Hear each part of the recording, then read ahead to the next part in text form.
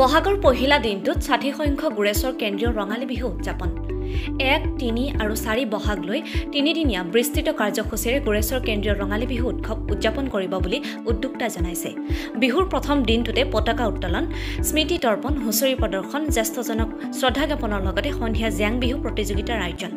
৩ বহাগত মুকলি বিহু, ৪ বহাগত ভাৰতীয় জনতা পাৰ্টি যুৱ আয়োগৰ সদস্য ৰাতুল শৰ্মাই সাংস্কৃতিক সন্ধিয়া মঞ্চ মুকলি কৰাৰ পিছতে আমন্ত্ৰিত শিল্পী ভৃগু কাশ্যপে গীত পৰিৱেশন কৰিব বুলি উদ্যোক্তাসকলে জনাইছে।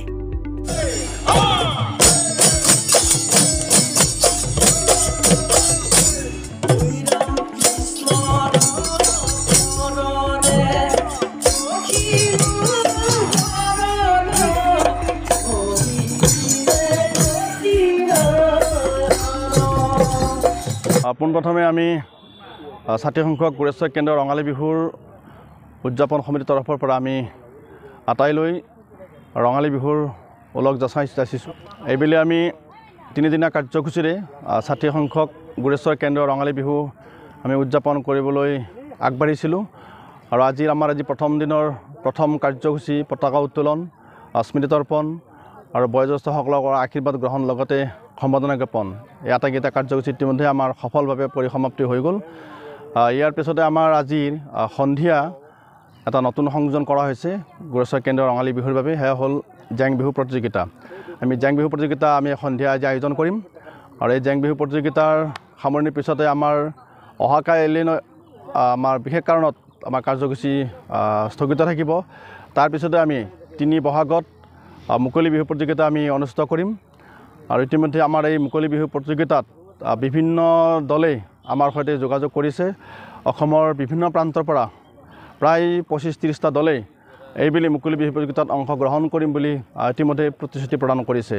আমি আশা ৰাখিছোঁ যোৱাবেলিৰ দৰেও এইবেলিও আমাৰ প্ৰতিটো কাৰ্যসূচী সফল পৰিসমাপ্তি ঘটিব আৰু ৩ বহাগৰ পিছতে আমাৰ ৪ বহাগ আমাৰ শেষৰ দিনৰ কাৰ্যসূচী আৰু এই ৪ বহাগত আমাৰ বিশেষভাৱে থাকিব সাংস্কৃতিক অনুষ্ঠান আৰু এই সাংস্কৃতিক অনুষ্ঠানত গীত পৰিৱেশন কৰাৰ কাৰণে আমি বিশেষভাৱে আমন্ত্ৰণ জনাইছিলোঁ মুখ্য আকৰ্ষণ শিল্পী অসমৰ জনপ্ৰিয় কণ্ঠশিল্পী ভৃগু কাশ্যপক।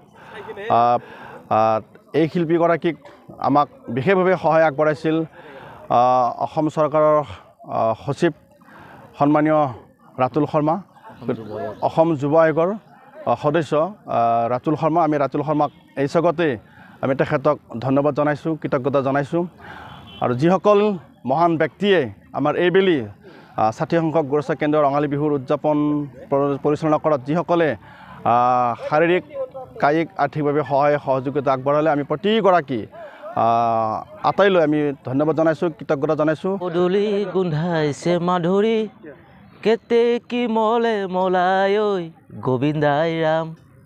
নমস্কাৰ।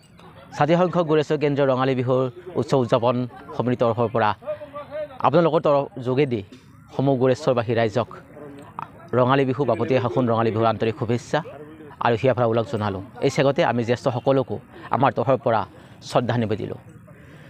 আজি ১ বহাগ আৰু ১ বহাগত অইনবাৰৰ দৰে এইবেলিও আমি গুৰেশ্বৰ কেন্দ্ৰীয় ৰঙালী বিহুৱে পতাকা উত্তোলন, হুঁচৰি, স্মৃতি তৰ্পণ তথা আমাৰ গুৰেশ্বৰৰ জ্যেষ্ঠসকলক মাতি তেওঁলোকক আমি বিহুৱান দি সেৱা জনাই তেখেতসকলৰ আশীৰ্বাদ লোৱা আমাৰ কাৰ্যসূচী ইতিমধ্যে আমি সমাপ্ত কৰিলোঁ। আৰু 2টা কাৰ্যসূচী আমাৰ আগন্তুক 3 আৰু 4 বহাগত আছে, 17 আৰু 18 এপ্ৰিল। আৰু 3 বহাগত আমাৰ অইনবেলিৰ দৰেও আমাৰ এইবেলিও মুকলি বিহু প্ৰতিযোগিতাখন আমি অনুষ্ঠিত কৰিম। সন্ধিয়াৰ পৰা মুকলি বিহু হ'ব আৰু অসমৰ বিভিন্ন ঠাইৰ পৰা প্ৰায় 30টা মান বিহু দলে ইয়াত অংশগ্ৰহণ কৰিব আৰু আমাৰ এই মুকলি বিহু প্ৰতিযোগিতাখন উদ্বোধন কৰিব আমাৰ গুৰেশ্বৰৰ সন্তান অভিযন্তা কুলদীপ ৰাজবংশী ডাঙৰীয়াই।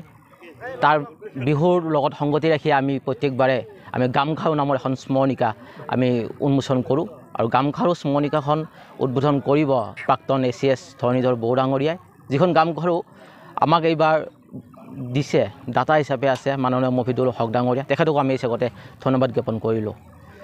তাৰ পাছত 4 তাৰিখে আমাৰ সাংস্কৃতিক সন্ধিয়া আছে আৰু এইবাৰ সাংস্কৃতিক সন্ধিয়াৰ আমাৰ মুখ্য আকৰ্ষণ অসমৰ জনপ্ৰিয় সংগীত শিল্পী মাননীয় ভৃগু কাশ্যপ ডাঙৰীয়া মঞ্চ উদ্বোধন কৰিব ভাৰতীয় জনতা পাৰ্টীৰ ৰাজ্যিক সভাপতি তথা দৰং ওদালগুৰিৰ মাননীয় সাংসদ দিলীপ শইকীয়া ডাঙৰীয়া, য'ত মুখ্য অতিথি হিচাপে থাকিব মাননীয় প্ৰমোদ বড়ো ডাঙৰীয়া আৰু আমাৰ অসম যুৱ আয়োগৰ মাননীয় সদস্য ৰাতুল শৰ্মা ডাঙৰীয়া।